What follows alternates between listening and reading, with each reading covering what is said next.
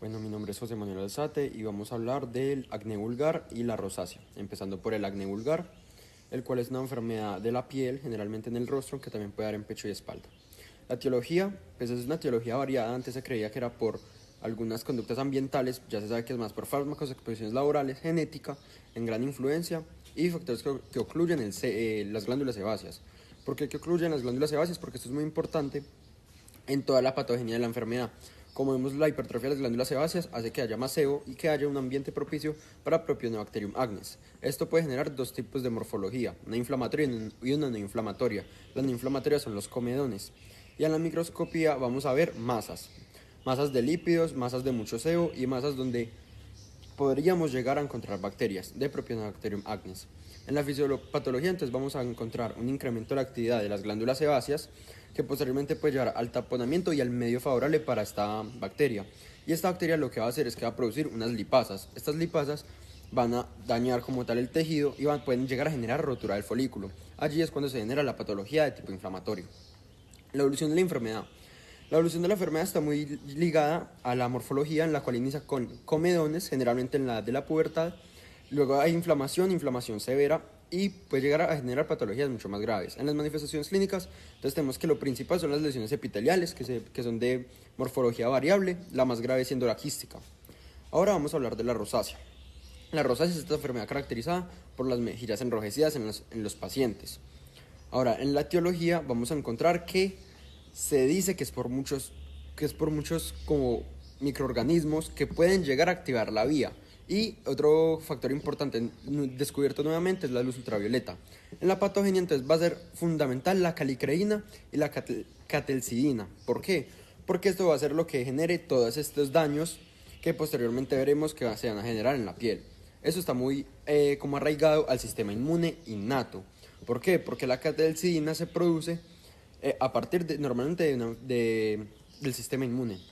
En las morfologías entonces vamos a tener que la microscópica se caracteriza por infiltrado linfocítico con edema, infiltrados de neutrófilos, y en la macroscópica lo vamos a ver con las manifestaciones clínicas. La fisiopatología entonces es que la catecolcidina aumentada por los factores ya mencionados pueden llegar a una inestabilidad vascular y a otros factores alterados. En la evolución de la enfermedad entonces vamos a encontrar la prerrosácea, el eritema persistente con telangiectasias, pústulas y papilas y rinofima. Esto ya lo vimos como tal en la manifestación, en la morfología macroscópica, en la cual la prerrosácea es solo el enrojecimiento. El eritema persistente y la telangiectasia como podemos ver, son los capilares marcados en las mejillas. Posteriormente, ya teniendo estos dos ya mencionados, el paciente puede llegar a generar unas pústulas o pápulas, y lo más grave y que la enfermedad casi nunca se va a llevar hasta este punto es la rinofima, que es esta atrofia de la nariz que se genera en pacientes que tienen una rosácea bastante grave. Como conclusiones podemos generar que el diagnóstico rápido es lo más importante en estas dos enfermedades que afectan la piel, principalmente el rostro. Hoy les voy a hablar sobre las fracturas, haciendo énfasis en la etiología, la patogenia, la morfología, la fisiopatología, la evolución y los aspectos clínicos básicos. Las fracturas son una de las lesiones más comunes del sistema musculoesquelético y consisten en la pérdida de continuidad del hueso. Pueden afectar tanto a adultos como a niños y su gravedad varía desde fisuras simples hasta fracturas expuestas y complejas. La etiología, las fracturas pueden ser causadas por distintos mecanismos. El más común es el traumatismo directo, como una caída o accidente. También puede ocurrir por traumatismos indirectos, como torsiones o contracciones musculares bruscas. Además, existen fracturas patológicas que aparecen cuando el hueso está debilitado por enfermedades como osteoporosis, tumores e infecciones. En la patogenia, el hueso se rompe cuando la fuerza aplicada supera su capacidad de resistencia. En condiciones normales, el hueso puede absorber impactos, pero si la energía es excesiva o el hueso está dañado, ocurre la fractura. La lesión puede afectar también vasos sanguíneos, médula ósea y tejidos blandos circundantes, iniciando una cascada inflamatoria. La morfología de las fracturas puede clasificarse según la forma y la disposición del trazo. Algunas formas más comunes son las transversales, oblicuas, espirales, con minutas, que son las mismas fragmentadas, y en tallo verde, que es más común en niños, y abiertas cuando hay comunicación con el exterior. La localización y el tipo influyen directamente en su manejo. La fisiopatología de una fractura se debe a que el cuerpo activa un proceso biológico complejo. Primero se forma un hematoma alrededor del sitio lesionado. Luego ocurre la inflamación, que da paso a la formación de un callo blando, compuesto por tejido fibrocartilaginoso. Con el tiempo, este callo se mineraliza, formando el callo óseo duro, y finalmente se remodela para recuperar la estructura original del hueso. La evolución de una fractura, su curación va a depender de diferentes factores, como lo son la edad del paciente, el tipo de fractura, el estado nutricional, la vascularización y un tratamiento adecuado. En condiciones óptimas, el hueso puede sanar completamente en semanas o meses. Sin embargo, puede presentarse complicaciones como pseudoartrosis, consolidación viciosa o infecciones, especialmente en fracturas abiertas sean las infecciones. Los aspectos clínicos básicos: el paciente con una fractura suele presentar el dolor agudo, una deformidad, el edema, una impotencia funcional y en algunos casos puede presentar crepitaciones óseas. El diagnóstico se va a confirmar mediante radiografías y el tratamiento puede ser conservador, como una inmovilización con un yeso, o quirúrgico mediante reducción y fijación interna. La enfermedad de Addison, también conocida como insuficiencia suprarrenal primaria, es un trastorno causado principalmente por la destrucción autoinmunitaria de la corteza suprarrenal, aunque también puede ser resultado de infecciones como la tuberculosis, metástasis tumorales, hemorragias suprarrenales o infiltración por enfermedades como amiloidosis. La pérdida progresiva del tejido cortical conlleva un déficit tanto de glucocorticoides, especialmente el cortisol, como mineralocorticoides como la aldosterona. Este déficit hormonal interrumpe la retroalimentación negativa sobre el hipotálamo hipofisiario suprarrenal, lo cual conlleva un aumento compensatorio de la ACTH. Esta ACTH elevada no solo intenta estimular la corteza suprarrenal atrofiada, sino que también actúa sobre los melanocitos mediante su homología con la hormona estimulante de melanocitos, o la MSH, produciendo hiperpigmentación cutánea y mucosa. Desde el punto de vista morfológico, en los casos autoinmunes se observa una infiltración linfocítica prominente y atrofia de la corteza suprarrenal, mientras que en los casos tuberculosos pueden encontrarse granulomas con necrosis caseosa. En situaciones agudas, como ocurre en el síndrome de Waterhouse-Friderichsen, se observa necrosis hemorrágica bilateral masiva en la corteza suprarrenal. Fisiológicamente, la ausencia de aldosterona altera el equilibrio electrolítrico, produciendo hiponatremia, hipopotasemia y acidosis metabólica.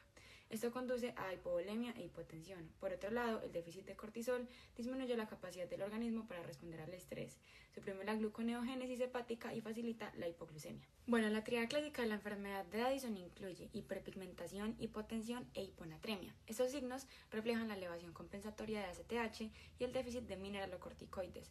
Otros síntomas incluyen fatiga intensa, pérdida de peso, náusea, vómitos, deseo de sal, debilidad muscular y en mujeres irregularidades menstruales.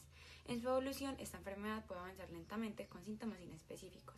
Sin tratamiento y especialmente ante un estrés fisiológico puede presentarse una crisis suprarrenal aguda, con colapso circulatorio, hipoglucemia severa y riesgo vital inminente. Bueno, ahora vamos a hablar del síndrome de Cushing.